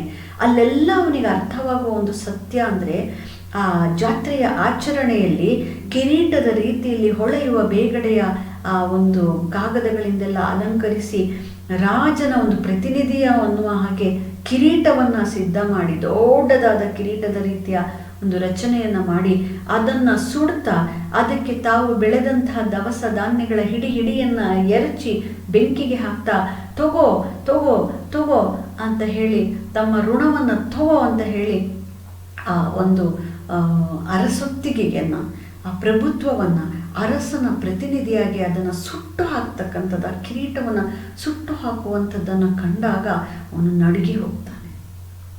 ಅಷ್ಟೇ ಅಲ್ಲ, ಆ ಒಂದು ಉರಿಯುವ ದಗದಗ ಉರಿಯುವ ಬೆಂಕಿಗೆ ಆ ಕಿರೀಟ ಅಥವಾ ಅರಮನೆ, ಆ ಪ್ರಭುತ್ವದ ಪ್ರತಿನಿಧಿಯಾಗಿರ್ತಕ್ಕಂಥ ದಳವಾಯದ ತನ್ನನ್ನು ಗುರುತಿಸಿ ಹಿಡಿದು ತಂದು ತಾನು ಮಾಡಿದ ಎಲ್ಲ ಪಾಪಗಳಿಗೂ ಒಂದು ಪ್ರಾಯಶ್ಚಿತ್ತವು ಅನ್ನುವ ಹಾಗೆ ಅಥವಾ ಆ ಪಾಪಗಳಿಗೆ ಶಿಕ್ಷೆ ಅನ್ನುವ ಹಾಗೆ ಎತ್ತಿ ತಂದು ಬೆಂಕಿಯಲ್ಲಿ ಒಗಾಯಿಸಿದಂತಹ ಕನಸುಗಳನ್ನು ಕಂಡು ದಿಗ್ಗನೆದ್ದು ಭಯ ಪಡ್ತಾನೆ. ಪಾಪ ಪ್ರಜ್ಞೆಗಿಂತ ದೊಡ್ಡ ಒಂದು ಏನು ಹೇಳೋಣ ಕಾಟ ಅದು ನಮ್ಮೊಳಗೆ ಇದ್ದು ನಮ್ಮನ್ನು ಹಣ್ಣು ಮಾಡಿಬಿಡುತ್ತೆ. ತಾನು ಮಾಡಿದ ದುಷ್ಕೃತ್ಯಕ್ಕೆ ಆ ಪಾಪ ಪ್ರಜ್ಞೆಗೆ ಆ ಗತ ಅನ್ನುವುದು ಭೂತದ ಹಾಗೆ ಎದ್ದು ಬಂದು ಅವನನ್ನು ನಡುಗಿಸ್ತಾ ಇರುತ್ತೆ. ಇಂತಹ ಎಲ್ಲ ಮತ್ತೆ ಜೊತೆಗೆ ಅಲ್ಲಿ ನಡೀತಕ್ಕಂಥ ಅನೇಕ ಆಚರಣೆಗಳು, ಮದುವೆಯ ಸಂದರ್ಭದಲ್ಲೂ ಕೂಡ ಅವನಿಗೆ ಅರ್ಥ ಆಗೋದಷ್ಟೇ, ಈ ಜನಸಾಮಾನ್ಯರು ಸೈನಿಕರು ಅಂದರೆ ಎಷ್ಟು ತಿರಸ್ಕಾರದಿಂದ ನೋಡ್ತಾರೆ ಅಂತ ಅನ್ನುವಂಥದ್ದು. ಆ ಮದುಮಗಳಿಗೆ ಆ ಗಂಡು ವೇಷಧಾರಿಯಾಗಿ ಕೈಯಲ್ಲಿ ಕತ್ತಿಯನ್ನು ಹಿಡಿದು ಬಂದಂತಹ ಸಂದರ್ಭದಲ್ಲಿ ನಿಂಬೆಹಣ್ಣು ಕತ್ತಿ ಹಿಡಿದು ಒಂದು ದಿಬ್ಬಣ ಬಂದಾಗ ಅಬ್ಬಬ್ಬಾ ನಾನು ಸೈನಿಕ ಅಂತ ತಿಳ್ಕೊಂಡು ನಮ್ಮ ಹೆಣ್ಣುಮಗಳು ನಾನು ಒಪ್ಪೋದಿಲ್ಲ ಅಂತ ಹೇಳುವಂಥದ್ದು, ತಿರಸ್ಕಾರ ಮಾಡ್ತಾಳೆ ಎನ್ನುವಂಥದ್ದು. ಆಗ ಜನ ಹೇಳುವ ಉತ್ತರದಲ್ಲಿ ಇವನು ಅಂತಹ ಸಿಪಾಯಿ ಅಲ್ಲ, ರಾಜನೂ ಅಲ್ಲ, ಅರಸನೂ ಅಲ್ಲ, ಆ ಬೆವರು ಸುರಿಸಿ ದುಡಿದು ಆಳ್ತಕ್ಕಂಥ ಒಬ್ಬ ಆ ಒಂದು ಮಣ್ಣಿನ ಮಗ, ಆ ದುಡಿಮೆಗಾರ ಅನ್ನೋದನ್ನು ಹೇಳ್ತಾರೆ. ಸೊ ದುಡಿಮೆಗಾರರಿಗೆ ಈ ಒಂದು ಸಹಜವಾದ ಒಕ್ಕಲು ಮಕ್ಕಳುಗಳಿಗೆ ಇದ್ದಂತಹ ಒಂದು ಗೌರವ, ಯಾವುದೋ ವೃತ್ತಿಯನ್ನಾದರೂ ಹಿಡಿದು ಹೇಗಾದರೂ ಬದುಕ್ತಿದ್ದಂಥ ಕಡು ಬಡವರಾದರೂ ಒಂದು ಘನತೆಯ ಬದುಕನ್ನು ಬದುಕ್ತಿದ್ದವರ ಬಗೆಗೆ ಜನತೆಯಲ್ಲಿದ್ದ ಗೌರವ ಈ ಅರಮನೆಯ ದರ್ಪದ ಸಿಪಾಯಿಗಳಿಗೆ, ದಳವಾಯಿಗಳಿಗೆ ಅಥವಾ ಕಿರೀಟ ಹೊತ್ತ ಅರಸರುಗಳ ಬಗೆಗೂ ಕೂಡ ಇರಲಿಲ್ಲ. ಅಂಥವರನ್ನು ಎಷ್ಟು ಒಂದು ತುಚ್ಛವಾಗಿ ಈ ಸಮಾಜ ಅವರಿಂದ ದೂರ ಇರುವುದಕ್ಕೆ, ದುಷ್ಟರಿಂದ ದೂರ ಇರುವನು ಹಾಗೆ ಬಯಸ್ತಿತ್ತು ಅನ್ನುವ ಕಠಿಣವಾದ ಸತ್ಯ ಅವನಿಗೆ ಅರ್ಥ ಆದಮೇಲಂತೂ ತಾನೆಂದೂ ತನ್ನ ಮೂಲ ಗುರುತನ್ನು ಅವರಿಗೆ ಬಿಟ್ಟು ಕೊಡದ ಹಾಗೆ ಬದುಕಬೇಕಾದ ಅನಿವಾರ್ಯತೆ ಉಂಟಾಗುತ್ತೆ. ಹಾಗಾಗಿ ಕೊನೆಗೆ ದಿನನಿತ್ಯ ಬರ್ತಾ ಬಳಕೆಗೊಳ್ತಾ ಜನರ ಮಧ್ಯದಲ್ಲಿ ಅವನು ಆ ದಿಬ್ಬಣದಲ್ಲಿ ಆ ತಮಾಷೆಯಾಗಿ ಕುಣಿತಾ ಹೋಗುವಂಥದ್ದು. ಅವನ ಕುಣಿತ ಹೇಗಂದರೆ ಹಾಗೆ ತನ್ನ ಮುರಿದ ಕತ್ತಿಯನ್ನು ಹಿಡ್ಕೊಂಡು ಕುಣಿಯುವ ಪರಿ, ಆ ಗಡ್ಡ ಮೀಸೆಗಳು ಬೆಳೆದಿರ್ತಕ್ಕಂಥ ದೂರದಿಂದ ಬಂದವನು ಇವನನ್ನು ಒಬ್ಬ ಗೊರವನಂತ ಭಾವಿಸ್ತಾ, ಆ ಊರಾಡುವಂಥ ಒಬ್ಬ ಜಂಗಮ ಅಂತ ಹೇಳಿ ಭಾವಿಸ್ತಾ ಜನ ಅವನಿಗೆ ಗೌರವಿಸ್ತಾರೆ, ಪ್ರೀತಿಸ್ತಾರೆ. ಇದೆಲ್ಲವೂ ಏನಾಗುತ್ತೆ, ಅವನ ಬದುಕಿನ ಒಳಗಡೆಗೆ ಅನೇಕ ಹೊಸ ರೀತಿಯ ಸಂಬಂಧಗಳು, ಜನರ ಜೊತೆಗೆ ಅವನು ಬೆರೆತುಕೊಳ್ಳುವ ಬಗೆಯನ್ನು ಅವನು ಕಲಿತಾ ಹೋಗಬೇಕಾಗತ್ತೆ. ಹೀಗೆ ಅವನು ಈ ಕುಣಿತವನ್ನು ಮಾಡಿದ್ದು ಇತ್ಯಾದಿಗಳನ್ನು ಕಂಡಾಗ ಇನ್ನೊಂದು ಬಹಳ ಚೋದ್ಯದ ವಿಚಾರ ಅಲ್ಲಿ ನಡೆಯುತ್ತೆ. ಅವನನ್ನು ಆ ಊರಿನವರು ತಾವು ಕಲಿತು ಆಡಬೇಕಾಗಿರುವ ನಾಟಕ ಅಜ್ಞಾತವಾಸ, ಪಾಂಡವರ ಅಜ್ಞಾತವಾಸದ ಆ ನಾಟಕದಲ್ಲಿ ಬೃಹನ್ನಳೆಯ ಪಾತ್ರವನ್ನು ಮಾಡೋದಕ್ಕೆ ಅವನನ್ನು ಕರ್ಕೊಂಡು ಹೋಗ್ತಾರೆ. ಯಾಕೆ ಬೃಹನ್ನಳೆಯ ಪಾತ್ರ? ಅವನು ಮೊದಲು ಅಂದ್ಕೊಳ್ತಾನೆ, ಈಗ ತನ್ನ ಗಡ್ಡ ಮೀಸೆಗಳನ್ನು ತೆಗೆದುಬಿಟ್ಟು ಬೃಹನ್ನಳೆಯ ಪಾತ್ರಕ್ಕೆ ಹಾಕಿದರೆ ತನ್ನ ಗುರುತು ಸಿಕ್ಬಿಡುತ್ತಲ್ಲ ಅಂತ ದಿಗಿಲುಗೊಳ್ತಾನೆ. ಆದರೆ ಆ ಅಜ್ಞಾತವಾಸದ ಸಂದರ್ಭದಲ್ಲಿ ತನಗೆ ಆ ಬೃಹನ್ನಳೆಯಂತೆ ಆ ಒಂದು ಶಿಖಂಡಿಯಂತೆ ಏನಿದೆ ಆ ಒಂದು ಸೀರೆಯನ್ನು ಉಡಿಸಿ ತನ್ನ ಮೂಲ ಆ ಒಂದು ದಳವಾಯಿಯ ಅಥವಾ ಸಿಪಾಯಿಯ ಪೌರುಷದ ಎಲ್ಲ ಆ ಒಂದು ಗುರುತು ಏನಿತ್ತು ಅದೆಲ್ಲವೂ ಬದಲಾಗಿ ಒಂದು ಅರ್ಜುನ ಹೇಗೆ ಅಜ್ಞಾತವಾಸದಲ್ಲಿ ಶಿಖಂಡಿಯಾಗಿ ಅವನು ಬದುಕಬೇಕಾಗಿ ಬಂತು, ಅಥವಾ ಅವನು ಬೃಹನ್ನಳೆಯಾಗಿ ತನ್ನ ಮೂಲ ಆ ಪರಾಕ್ರಮದ ಬದುಕನ್ನು ಮರೆಮಾಚಬೇಕಾಯಿತು, ಅದೇ ಸ್ಥಿತಿಯಲ್ಲಿ ಇವತ್ತು ದಳವಾಯಿ ಕೂಡ ಇದ್ದಾನೆ. ಇದನ್ನು ಒಂದು ಸಾಂಕೇತಿಕವಾಗಿ ನಾವು ನೋಡ್ಬೋದು. ಆ ಬೃಹನ್ನಳೆಯ ಆ ಒಂದು ವೇಷವನ್ನು ತೊಟ್ಕೊಂಡು ಆ ಸೀರೆಯನ್ನು, ಆ ಕಾವ್ಯ ಸೀರೆಯನ್ನು ಉಟ್ಕೊಂಡು ಅವನು ಬೃಹನ್ನಳೆಯ ಪಾತ್ರಧಾರಿಯಾಗುವುದಕ್ಕೆ ದಿನನಿತ್ಯ ಅಭ್ಯಾಸವನ್ನು ಮಾಡ್ತಾ ಇರ್ತಾನೆ. ಆ ನಾಟಕ ನಡೆದಂಥ ಒಂದು ಪ್ರಸಂಗದಲ್ಲಿ ಏನಾಗುತ್ತೆ, ನಡೆದಂಥ ಒಂದು ಸಣ್ಣ ಅವಘಡದಲ್ಲಿ ಅಲ್ಲಿ ಉತ್ತರ ಕುಮಾರನ ಪಾತ್ರ ಮಾಡಿದವನನ್ನು ನಾಯಿಗಳು ಅಟ್ಟಿಸ್ಕೊಂಡು ಹೋಗಿದ್ದಂಥ ಸಂದರ್ಭದಲ್ಲಿ ಅದನ್ನು ಬೇಕಂತಲೇ ಬೈರಾಪುರದವರು ಅವನನ್ನು ಬಚ್ಚಿಟ್ಟು ಹೀಗೆ ನಮ್ಮ ನಾಟಕ ಹಾಳು ಮಾಡಿದ್ದಾರೆ ಎನ್ನುವಂಥ ಒಂದು ಭಿನ್ನಾಭಿಪ್ರಾಯ ಉಂಟಾಗಿ ಒಂದು ಕಾವೇರಿಪುರ ಮತ್ತು ಬೈರಾಪುರದ ನಡುವೆ ನಡೀತಕ್ಕಂಥ ಒಂದು ಜಗಳದಲ್ಲಿ, ಹೊಡೆದಾಟದಲ್ಲಿ ಆ ಇಡೀ ನಾಟಕವೇ ಹಾಳಾಗೋಗುತ್ತೆ. ಆದರೆ ಈ ಒಂದು ದೊಡ್ಡ ಗಲಭೆಯನ್ನು ಮತ್ತೆ ಒಂದು ಅರಮನೆಗೆ ದೂರನ್ನು ಮುಟ್ಟಿಸುವ ಮಾತಾಡಿ ಜನ ಅಲ್ಲಿಂದ ಹೊರಟಾಗ ಅರಮನೆಯಿಂದ ಮತ್ತೆ ಇಲ್ಲಿಗೆ ಸಿಪಾಯಿಗಳು ಬಂದರೆ ತನ್ನ ಗುರುತು ಹಿಡಿದು ಬಿಡಬಹುದು ಅನ್ನುವಂತಹ ಭಯ ಮತ್ತೆ ತೀವ್ರವಾಗಿ ಇವನನ್ನು ಕಾಡಕ್ಕೆ ಶುರುವಾಗುತ್ತೆ. ಈ ಕಾವೇರಿಪುರದಲ್ಲೇ ತಾನಿದ್ರೆ ಖಂಡಿತವಾಗಿಯೂ ಕೂಡ ತನ್ನ ಗುರುತು ಸಿಕ್ಕಿ ತನ್ನನ್ನು ಮತ್ತೆ ಆ ಸಿಪಾಯಿಗಳು ಗುರುತು ಹಿಡಿದು ವಾಪಸ್ಸು ಕರ್ಕೊಂಡು ಹೋದರೆ ತನ್ನ ಗತಿಯನ್ನು, ಮೊದಲಿಂದಲೂ ಅವನಿಗೊಂದು ಭಯ ಇರುತ್ತೆ. ಹೆಂಡತಿ ಅವಾಗ ಹೇಳುವಂತಹ ಮಾತುಗಳು ಅಥವಾ ಇಂಥ ಯಾವುದಾದ್ರೂ ಯುದ್ಧದಲ್ಲಿ ನಾನು ಕೈಯೋ ಕಾಲೋ ಕಣ್ಣೋ ಕಳ್ಕೊಂಡು ಒಂದು ಅಪಾಂಗನಾದಾಗ ತನ್ನ ಸ್ಥಿತಿ ಏನಾಗುತ್ತೆ, ಸೈನಿಕರು ಅಂತಹ ಸ್ಥಿತಿಗೆ ಬಂದಾಗ ಅವರನ್ನ ಎಷ್ಟು ಒಂದು ಹೀನಾಯವಾಗಿ ಸಮಾಜ ನಡೆಸ್ಕೊಳ್ಳುತ್ತೆ ಮತ್ತು ಒಂದು ರೀತಿಯಲ್ಲಿ ಎಂಥ ಒಂದು ದೀನ ಸ್ಥಿತಿ ಒದಗತ್ತೆ, ಅದೆಲ್ಲ ಗೊತ್ತಿದೆ ಅವನಿಗೆ. ಹೀಗಿರಬೇಕಾದ್ರೆ ಈ ಕಾವೇರಿಪುರವನ್ನು ವಿಧಿಯಿಲ್ಲದೆ ಬಿಡಲೇಬೇಕಾದಂತಹ ಒಂದು ತೀವ್ರತೆ ಅವನೊಳಗೆ ಉಂಟಾಗುತ್ತೆ. ಇಲ್ಲಿರೋ ಹಾಗಿಲ್ಲ, ನಾನು ವಿಚಾರಣೆಗೆ ಬಂದವರಿಂದ ಸಿಕ್ಕಾಕೊಂಡ್ಬಿಡಬಹುದು ಅಂತ. ಕೊನೆಗೆ ತಾನು ಸಿಪಾಯಿ ಅಂತ ಗೊತ್ತಾಗ್ಬಿಟ್ರೆ ಗ್ರಾಮದವರಿಗೆ ಅನ್ನುವ ಭಯ. ಹಾಗಾಗಿ ಅವನು ಆ ಊರಿನ ಬಿಟ್ಟು ಎಲ್ಲಿಗೆ ಹೋಗಲಿ ಅಥವಾ ತನ್ನ ಬದುಕಿಗೆ ಏನು ಮಾಡಲಿ ಅಂದಾಗ ಮೊದಲು ತಾನು ಕಲ್ತ್ಕೊಂಡಿದ್ದಂಥ ಈ ಕಳ್ಳತನಗಳೇನಿರುತ್ತೆ, ತನ್ನ ಧೈರ್ಯದಿಂದ ಒಂದು ವರ್ಚಸ್ಸಿನಿಂದ ಅಥವಾ ತಾನು ಒಂದು ರೀತಿಯಲ್ಲಿ ಹೋರಾಟದಲ್ಲಿ ಮುನ್ನೆಲೆಗೆ ಬಂದು ಎಂಥವ್ರನ್ನ ಬೇಕಾದ್ರೆ ಹೆದರಿಸ್ತೀನಿ ಅನ್ನುವಂಥದ್ದಿದ್ದಾಗ ಕದ್ದಂಥವರನ್ನು ಹೆದರಿಸಿ ತಾನೇ ಕದ್ದು ಹೆದರಿಸಿ ಜನರನ್ನು ನಿಭಾಯಿಸ್ತಾ ಇದ್ದಂಥವನು ಕಳ್ತನ ಮಾಡಿ ಬದುಕುವ ದಾರಿಯನ್ನು ಹಿಡಿಯೋಣ ಅಂತ ಅಂದ್ಕೊಳ್ತಾನೆ. ಆದರೆ ಯಾರು ಅನ್ನ ಹಾಕ್ತಾ ಇದ್ದಾರೋ ಅಂಥವರ ತೋಟ ತುಡಿಕೆಗಳನ್ನೇ ಅಲ್ಲೇ ಕದಿಯುವ ಕೆಲಸ ಮಾಡೋಕೆ ಒಂದು ಮನಸ್ಸು ಒಪ್ಪೋದಿಲ್ಲ. ಹಾಗಾಗಿ ಈಗ ಬೇರೆ ದಾರಿ ಇಲ್ಲ, ಅನ್ನಕ್ಕೆ ಎಲ್ಲರೂ ಹೋಗಲೇಬೇಕಾಗತ್ತೆ ತಾನು. ಹಾಗಾಗಿ ಅಲ್ಲಿಂದ ಮುಂದಕ್ಕೆ ಕಾಣದೂರಿನ ಕಡೆಗೊಂದು ಪ್ರಯಾಣ ಮಾಡುವ ಮನಸ್ಸು ಬರುವ ಹೊತ್ತಿಗೆ ತಾನು ನೆಲೆಸಿದಂಥ ಮಂಟಪದ ಕಡೆಯಿಂದಲೇ ಒಂದು ಕುಟುಂಬ ತಲೆಯ ಮೇಲೆ ತೊಟ್ಟಿಲನ್ನು ಹೊತ್ಕೊಂಡು ಮಗುವನ್ನು, ಎಳೆಯ ಕೂಸನ್ನು ಕರ್ಕೊಂಡು ಪ್ರಯಾಣ ಮಾಡ್ತಿರೋದು ಗೊತ್ತಾಗುತ್ತೆ. ಅವರ ಜೊತೆಗೆ ಅವನು ಹೊರಟು ಬಿಡ್ತಾನೆ. ಅವರಿಗೆ ಸಹಾಯಕನಾಗಿ ಈಗಾಗಲೇ ಬರುವವರಿಗೆ ಹೋಗುವವರಿಗೆ ಒಬ್ಬ ದಾಸಯ್ಯ ಅನ್ನುವಂಥ ರೀತಿಯಲ್ಲಿ ಪರಿಚಿತನಾಗಿದ್ದರಿಂದಾಗಿ ಆ ದಾಸಯ್ಯ ತಮ್ಮ ಜೊತೆಗೆ ಬರುವಾಗ ತಮ್ಮ ಭಾರ ಒಂದಿಷ್ಟು ಕಳೀಲಿ ಅಂತೇಳಿ ತೊಟ್ಟಿಲನ್ನೇ ಅವನಿಗೆ ಕೊಡ್ತಾರೆ. ತಲೆಯ ಮೇಲನ ತೊಟ್ಟಿಲನ್ನು ಹೊತ್ತು ಮತ್ತೊಂದು ಅವನ ಪಯಣ ಪ್ರಾರಂಭ ಆಗುತ್ತೆ. ಹತ್ತಿರದ ಮತ್ತೊಂದು ಊರಿಗೆ ಹೋದರೆ ಅಲ್ಲಿ ಸಂಭ್ರಮವೋ ಸಂಭ್ರಮ. ಆ ಹೊಸ ಕೂಸನ್ನು ಮನೆಗೆ ತುಂಬಿಸ್ಕೊಳ್ತಾ ಆ ಮಗುವಿಗೆ ಒಂದು ನಾಮಕರಣ ಮಹೋತ್ಸವವನ್ನು ಮಾಡುವುದರಲ್ಲಿ ಈ ದಾಸಯ್ಯ ಅಥವಾ ಗೊರವಯ್ಯ, ಅವನಿಗೆ ಏನೇನೋ ಹೆಸರುಗಳನ್ನು ಹಿಡಿದು ಜನ ಕರೆಯುತ್ತಿರ್ತಾರೆ, ದೇಸಪ್ಪ, ಅವನು ಭಾಗಿಯಾಗ್ತಾನೆ. ಆ ಮಗುವಿನ ಆ ತೊಟ್ಟಿಲನ್ನು ಹೊತ್ತು ತಂದಂತಹ ಒಂದು ವಾತ್ಸಲ್ಯ ಭಾವವನ್ನು, ಆ ತಾಯ್ತನದ ಮಮತೆಯನ್ನು, ತನ್ನನ್ನು ಬಹಳ ವಿಶೇಷ ವ್ಯಕ್ತಿ ಅಂತ ಹೇಳಿ ಭಾವಿಸಿ ತನ್ನಿಂದ ಆ ಮಗುವಿಗೆ ಆ ಒಂದು ಆಶೀರ್ವಚನವನ್ನು ಮಾಡಿಸ್ತಕ್ಕಂಥ ಅಥವಾ ಅವನಿಗೆ ಒಂದು ಹರಸುವಂತೆ ಹೇಳ್ತಕ್ಕಂಥ ಆ ಹೆಣ್ಣು ಮಕ್ಕಳ ಒಂದು ಭಾವ, ಇದೆಲ್ಲವೂ ಅವನ ಹೃದಯದಲ್ಲಿ ಒಂದು ವಿಶಿಷ್ಟವಾದಂತಹ ಮಾನವೀಯ ಸ್ಪರ್ಶವನ್ನು ತರ್ತಾ ಹೋಗುತ್ತೆ. ಬೆಳಗ್ಗೆ ಯಾವ ಇಂತಹ ಒಂದು ಇದನ್ನು ಅವನು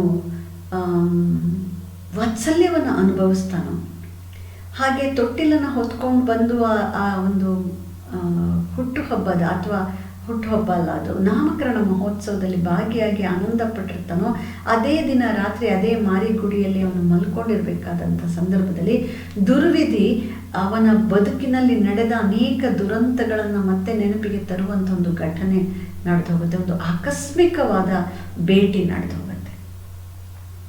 ಈ ದುಷ್ಕೃತ್ಯಗಳು ಎಂಥ ಒಂದಲ್ಲ ಎರಡಲ್ಲ, ನಿಮ್ಗೆ ಗೊತ್ತಿರ್ಬೋದು. ಅವನು ಎಷ್ಟು ಕ್ರೂರಿಯಾಗಿದ್ದ ಅಂದರೆ ತಾನೇ ಸಾಕಿದಂತಹ ತನ್ನ ಯುದ್ಧದಲ್ಲಿ ತನ್ನ ಜೊತೆಗೆ ಭಾಗಿಯಾದಂತಹ ನಿಷ್ಠಾವಂತವಾಗಿದ್ದ ತನ್ನ ಕುದುರೆಗಳನ್ನೇ ಚುಚ್ಚಿ ಚುಚ್ಚಿ ಕೊಲ್ಲುವಷ್ಟು ಕ್ರೂರಿ ಅವನು.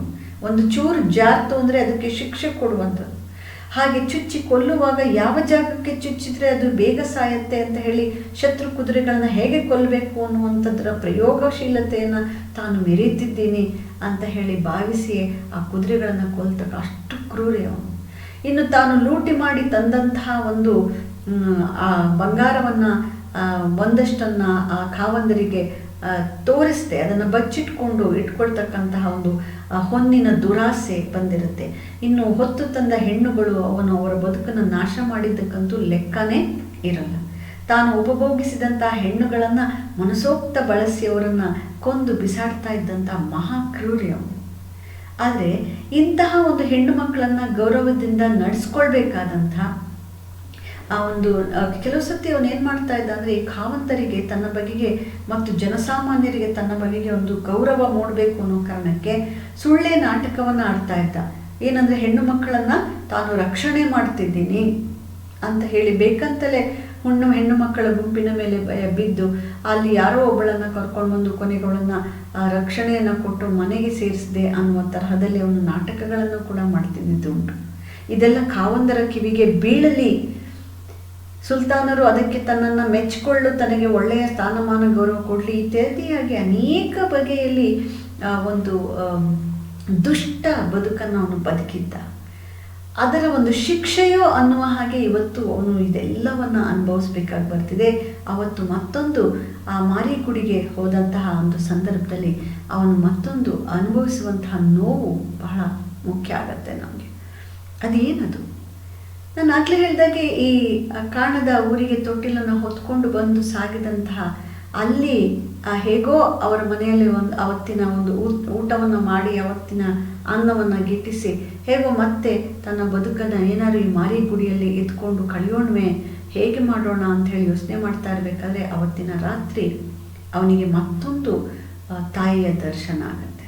ಬೆಳಗ್ಗೆ ಆ ತೊಟ್ಟಿಲ ಶಾಸ್ತ್ರ ಮತ್ತು ಆ ತಾಯಂದಿರ ಮಮತೆಯ ಸ್ಪರ್ಶದ ಅನುಭವ ಅವನಿಗಾದರೆ ಅವತ್ತು ಅವನು ತಾನು ಬಿಟ್ಟು ಹೋದಂಥ ತನ್ನನ್ನು ಬಿಟ್ಟು ಹೋದಂತಹ ಹೆಣ್ಣನ್ನು ಮತ್ತೊಮ್ಮೆ ಅವನು ಭೇಟಿ ಮಾಡ್ತಾನೆ. ಕತ್ತಲ ರಾತ್ರಿಯಲ್ಲಿ ಅವಳ ಮುಖವೇನೋ ಅವನಿಗೆ ಕಾಣಿಸ್ತಿಲ್ಲ, ತನ್ನ ಮುಖ ಅವಳಿಗೆ ಕಾಣಿಸ್ತಿಲ್ಲ. ಆದರೆ ಮಾರಿಗುಡಿಯ ಹತ್ತಿರದಲ್ಲಿಯ ಒಂದು ಗುಡಿಸಲನ್ನು ಹಾಕ್ಕೊಂಡು ಬದುಕ್ತಾ ಇರ್ತಕ್ಕಂಥ ಆ ಹೆಣ್ಣು ಆ ದಾಸಿಯನಿಗೆ ತನ್ನ ಬದುಕಿನ ವಿಚಾರವನ್ನು ಹೇಳ್ತಾಳೆ. ಅವಳು ಯಾರೋ ಅಲ್ಲ, ಅವಳು ಅದೇ ದಳವಾಯಿಯ ಅವನು ಕಂದಾಯವನ್ನು ವಸೂಲಿ ಮಾಡೋಕ್ಕೆ ಹೋಗ್ತಾ ಇದ್ದಂಥ ಸಂದರ್ಭದಲ್ಲಿ ಆ ಒಂದು ಕಂದಾಯ ಕೊಡಲಾಗದಂತಹ ಒಬ್ಬ ದೇವರ ಗುಡ್ಡ ಬಡವನ ಮನೆಯಿಂದ ಆ ಒಂದು ಅವಳ ರೂಪಕ್ಕೆ ಮೆಚ್ಚಿ ಅವನು ತಗೊಂಡು ಬಂದಂತಹ ಹೆಣ್ಣು. ಇಂಥ ಒಬ್ಬ ಬಡವನಾದಂಥ ತಾನು ಅವಳಿಗೆ ಸರಿಯಾದ ಗಂಡು ಹುಡುಕಿ ಮದುವೆ ಮಾಡ್ತೀನೋ ಇಲ್ಲವೋ ಅನ್ನುವಂತಹ ಸಂಕಟದಲ್ಲಿದ್ದಂತಹ ದಾಸಯ್ಯ ಆ ದೇವರ ಗುಡ್ಡ ಅವನು ಇಂಥ ಒಬ್ಬ ಸರದಾರ ಸಿಕ್ಕಿ ತನ್ನ ಮಗಳನ್ನು ಚೆನ್ನಾಗಿ ನೋಡ್ಕೊಳ್ಬಹುದು ಅನ್ನುವಂಥ ಸಂತೋಷದಿಂದ ಕರ್ಕೊಂಡು ಹೋಗಿ ಇವಳನ್ನು ಅಂತ ಹೇಳಿ ನೀವೇ ತೆರ ಕೊಟ್ಟು ಕರ್ಕೊಂಡು ಹೋಗಿ ಅಂಥೇಳಿ ಅವಳನ್ನ ಕಳಿಸ್ಕೊಟ್ಟಿರ್ತಾನೆ.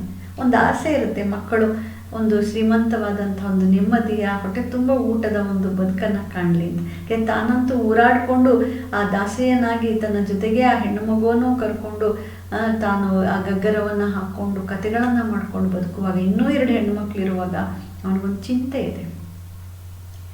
ಇವನ ಜೊತೆಗಾದ್ರೂ ಚೆನ್ನಾಗಿ ಬದುಕ್ತಾಳೆ ಅಂತ ಕನಸು ಕಟ್ಟಿ ಆಸೆ ಪಟ್ಟು ಇವನ ಜೊತೆಗೆ ಕಳಿಸ್ಕೊಟ್ರೆ ಅವನಿಗೆ ತಾಳಿಯನ್ನು ಕಟ್ಟಲಿಲ್ಲ, ಮದುವೆಯನ್ನು ಮಾಡ್ಕೊಳ್ಳಿಲ್ಲ, ಅವಳನ್ನು ತನ್ನ ರಖವಾಗಿ ಇಟ್ಕೊಳ್ತಾನೆ. ಬಗೆಯಾಗಿ ಅವಳು ಬೇಡ್ತಾ ಹೋಗ್ತಾಳೆ, ಮತ್ತೆ ಬೇಡ್ತಾ ಹೋಗ್ತಾಳೆ ತನಗೊಂದು ತಾಳಿಯನ್ನು ಕಟ್ಟು ಅಂತೇಳಿ. ಆದರೆ ಆ ಒಂದು ಗರತಿಯ ಘನತೆಯನ್ನು ಅವಳಿಗೆ ಅವನು ಕೊಡೋದೇ ಇಲ್ಲ. ಈ ಸಂದರ್ಭದಲ್ಲಿ ತನ್ನನ್ನು ಹೀಗೆ ಗರ್ಭಿಣಿಯಾಗಿದ್ರೂ ಕೂಡ ಇವನನ್ನು ಕೊಂದು ಹಾಕಬೇಕು ಅನ್ನುವಂತಹ ಒಂದು ರೋಷ ಅವಳಲ್ಲಿ ಬರುತ್ತೆ. ಆದರೆ ಆ ಕೊಲ್ಲುವುದಕ್ಕೆ ಆ ಸಂಚು ಮಾಡಿರುವಾಗಲೇ ಅವಳನ್ನು ಕೊಂದು ಬಿಡಬೇಕು. ಏಕೆಂದರೆ ಅವಳು ಹೆದರಿಸ್ತಾ ಇರ್ತಾಳೆ ಅವನನ್ನು. ಏನದು, ನಾನು ಖಂಡಿತವಾಗಿಯೂ ಕೂಡ ಒಂದು ದಿನ ಅರಮನೆಯ ಮುಂದಕ್ಕೆ ಹೋಗಿ ಎಲ್ಲರಿಗೂ ತಿಳಿಯುವ ಹಾಗೆ ನೀನು ನನ್ನನ್ನು ಹೊತ್ತು ತಂದು ಇಂಥ ಸ್ಥಿತಿಗೆ ತಳ್ಳಿದ್ದೀಯೇ, ಮದುವೆ ಮಾಡ್ಕೋತಾ ಇಲ್ಲ ಅಂತ ಹೇಳಿ ರಂಪ ಮಾಡಿ ನಿನ್ನ ಈ ನಡಾವಳಿಯನ್ನು ನಾನು ಬೀದಿಗೆ ಬಯಲು ಮಾಡ್ತೀನಿ ಅಂತ ಹೇಳಿ ಹೆದರಿಸ್ತಿರ್ತಾಳೆ ಅವಳು. ಇಷ್ಟು ದಿನ ಹೆಣ್ಣುಗಳನ್ನು ಹೆದರಿಸಿಕೊಂಡು ಬದುಕ್ತಿದ್ದಂತಹ ಈ ದಳವಾಯಿಗೆ ಈ ಹೆಣ್ಣು ಎಲ್ಲರ ಹಾಗಲ್ಲ. ಇವಳು ತಾನು ಹೇಳಿದ ಹಾಗೆ ಎಂದಾರು ಒಮ್ಮೆ ಹೊರಗೆ ಬಂದು ಅವಳು ಹೀಗೆ ಖಂಡಿತವಾಗಿಯೂ ಕೂಡ ಸುಲ್ತಾನರ ಕಿವಿಗೆ ಬೀಳುವ ಹಾಗೆ ತನ್ನ ಈ ನಡಾವಳಿಯನ್ನು ಅವಳು ತಿಳಿಸಿಬಿಟ್ರೆ ಏನು ಗತಿ?